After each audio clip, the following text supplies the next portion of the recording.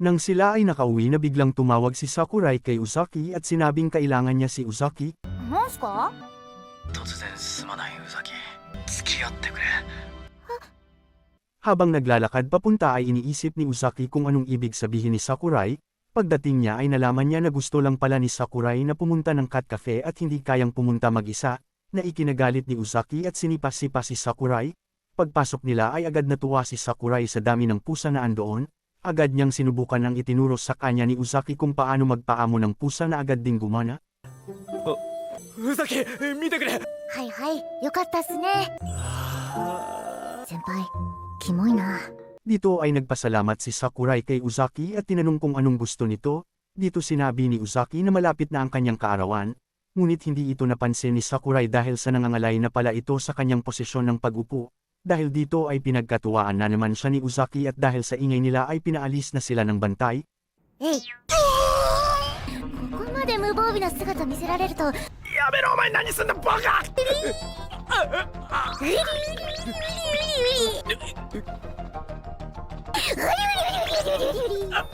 ウサギ、もう勘弁して。やばい、楽しい。てめえのジャンナニーロだ。そういったプレーは家でやってください。 Paglabas nila habang naglalakad ay nabanggit ni Uzaki na meron din silang alagang pusa sa bahay, at dito niya din inulit na malapit na ang kanyang kaarawan. Dahil dito ay nag-isip na ng mga magandang regalo si Sakurai, ngunit hindi makapili. ウサギ、どうせくれるなら YouTube カードくださいよ。ウサギ、サイズ全然合ってないんすけど。ウサギ。私の名前が花だから話すか？もう何をプレゼントしてもダメな気がして。 Pinayuhan siya ni Ami na sundan niya lang kung ano ang kanyang nararamdaman. Habang tumitingin ng pangregalo sa mga tindahan ay, tumawag sa kanya si Uzaki at sinabing kailangan siya nito. 何がだ。急にすいません、先輩。付き合ってほしいっす。 Pagdating ay gusto lang pala nitong pumasok sa isang inuman, at gusto niyang samahan siya ni Sakurai dahil ito ay kanyang kaarawan, at dahil sa ito ang unang beses niyang uminom at si Sakurai ang magbabayad ay nag-inom ng nag-inom si Uzaki. 乾杯。いけいけ。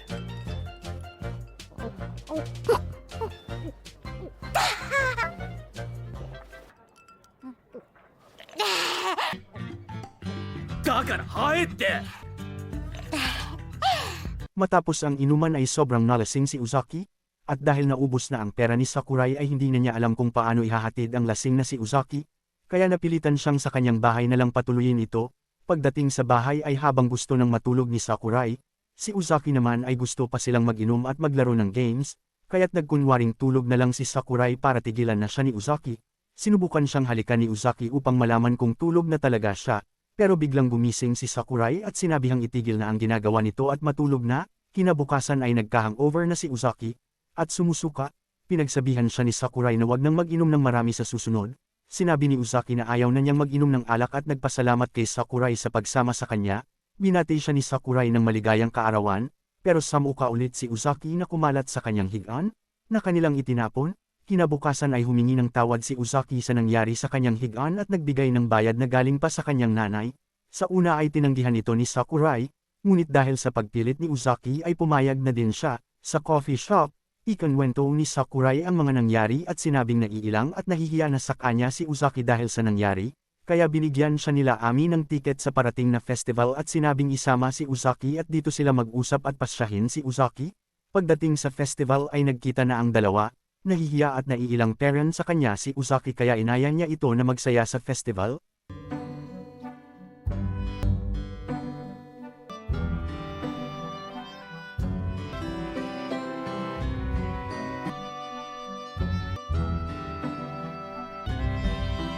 Matapos ang lahat ng ito ay nahihiya parent si Uzaki, at nasabi sa sarili na hindi siya sanay ng ganito si Uzaki. Dito ay naiisip niya na sundin ang sinabi ni Amina at pinuri niya ng pinuri si Uzaki. Nagustuhan ito ni Uzaki at unti-unting bumalik ang kulit nito, at sa sobrang tuwa ay nahampa ni Uzaki si Sakurai ng kanyang hawak at nawalan ng malay. At habang walang malay, ay napanaginipan ni Sakurai ang unang beses nilang nagkita at nagkakilala ni Uzaki. Nagising si Sakurai na nakahiga sa kandangan ni Uzaki. Dito ay inalala ni Sakurai ang nangyari mula nang magkita sila ni Uzaki at sinabing lalo siyang sumaya mula noon, at nagpasalamat kay Uzaki. Sumagot si Uzaki at sinabing sasamahan parent siya nito, at pumayag si Sakurai. Dito ay nagsimula na ang fireworks na ikinasiya ng dalawa.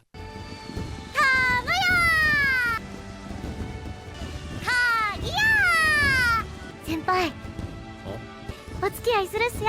明日は何して遊ぶか。 Sunod na araw, naisip ni Sakurai na ibalik ang pera na ibinigay ni Uzaki. At dahil gusto din niyang makita ang mga alagang pusa ni Uzaki, pagdating ay nakilala niya ang nanay ni Uzaki na si Suki. いらっしゃい。花からお話は金がね。 Medyo nagulat si Suki dahil sa tingin at laki ni Sakurai, ngunit nang nagsalita na si Sakurai at sinabi ang dahilan kung bakit siya pumunta ay nagulat siya dahil mabait pala at maayos ang ugali nito, ngunit dito na din napansin ni Suki na lalaki pala ang laging pinupuntahan ni Uzaki.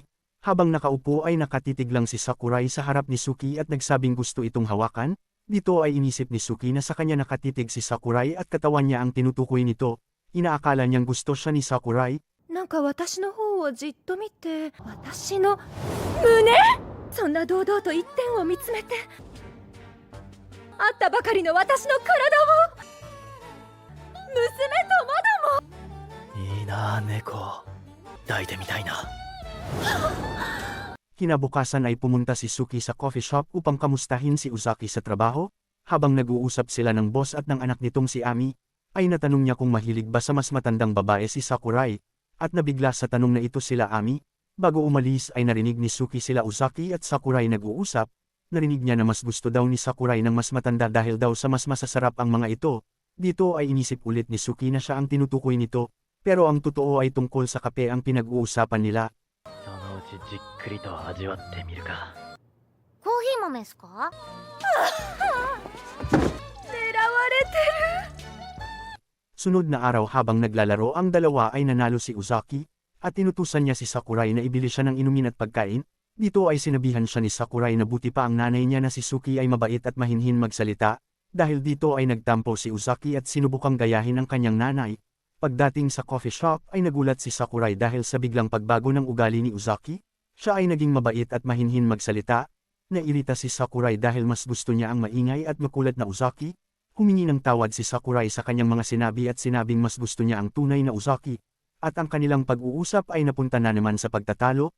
Biglang may dumating na bata at sinabing wag sila magtalo at magbati na. Binigyan sila ng tiket sa isang laro. Ginamit nila ang tiket na iyon ay nanalo ng bakasyon papuntang Tottori, isang lugar sa Japan. Pagdating ay nakita nila sila Ami at Sakaki.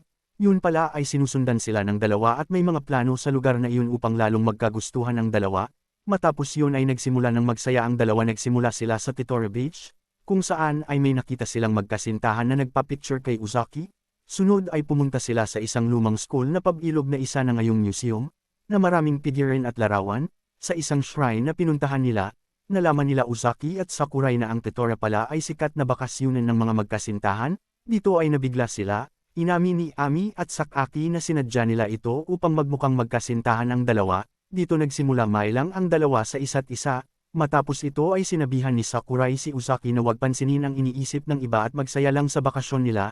Nang makauva na sila, pumunta ulit si Uzaki sa bahay ni Sakurai na may dalang malaking stuffed toy. Ngunit pinagsabihan siya ni Sakurai na tigilan na ang pagdadala nito ng kung ano-anong gamit sa kanyang bahay.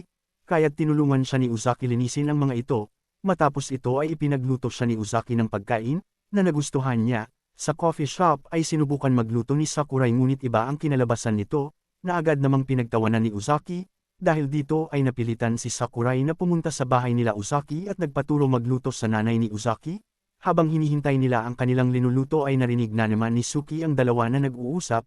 Inakala na naman niya na siya ang pinag-uusapan ng dalawa. Sakurai-kun! どうしてそうも母親を差し出そうとするの？お待たせ。茹でましょうか。 Sunod ay nasa karaoke bar si Sakurai mag-isa at bago pa man siya makakanta ay nakita siya nila Uzaki at Ami. Dahil dito ay nahiya si Sakurai dahil pa sa pang-asar ng dalawa. Nag-cosplay ang dalawa para makabawi kay Sakurai, na ikinabigla at ikinatuwa niya. 桜井くんのカラオケ邪魔しちゃったし。なんで両隣に。すっげーこれ。どう桜井くん。言い過ぎじゃないっすか。というか困惑するばかりで勘弁してください。これは本当。 Sunod na araw ay pumunta si Uzaki sa bahay ni Sakurai habang naulan at sinabing hindi niya na masasamahan si Sakurai. Tinanong siya nito kung bakit at kung anong nangyari at yun pala ay hindi pa natatapos o nagagawa ni Uzaki ang report niya sa klase, dahil dito ay sinaraduhan siya ng pinto ni Sakurai. Sa coffee shop ay sumakit ang likod ng boss dahil sa pagbuhat ng gamit. Naisip ni Ami na siya muna ang magbabantay ng coffee shop habang nagpapamasahe ang boss. Ikinwento ni Uzaki kay Ami kung paano sila nagkakilala ni Sakurai nung sumali siya ng swimming club nung high school at sinabing nabigla siya sa mga tingin ni Sakurai. Habang nagkukwento ay sinabi ni Ami na nagsasalita na rin siya tulad ni Sakurai. Nahiya si Uzaki sa sinabing ito ni Ami at umalis. Sunod na araw ay tinanong ni Uzaki si Sakaki kung lasingin si Sakurai. Tinuro sa kanya ni Sakaki kung ano ang kanyang mga gagawin. Mamaya ay pumunta na si Uzaki sa bahay ni Sakurai at inaya ito mag-inom ng alak. Dito ay sinunod at ginawa ni Uzaki lahat ng itinuro sa kanya ni Sakaki. At di nagtagal ay nalasing na si Sakurai. Habang lasing ay pinaglaruan siya ni Uzaki. Nagsalita si Sakurai at pinuri ang pagluluto ni Uzaki. Pinilit ni Uzaki na sabihin pa nito ang iniisip niya. Sinabi ni Sakurai na gusto niya ang pagluluto ni Uzaki. もうそういう素直な気持ちはお酒好き料理が Ngunit iba ang pagkakaintindi dito ni Uzaki kaya nag-inom ito hanggang sa malasing. Mamaya pa ay dumating si Sakaki. Ngunit nakita niyang tulog na parehas at nakahiga sa sahig. Sinabihan nito ang dalawa na mag-ayos at lumipat na sa higaan bago siya umalis. Kinaumagahan ay nagulat na lang ang dalawa na magkatabi na sila sa iisang higaan. Iniisip nila kung anong mga nangyari ngunit wala silang maalala.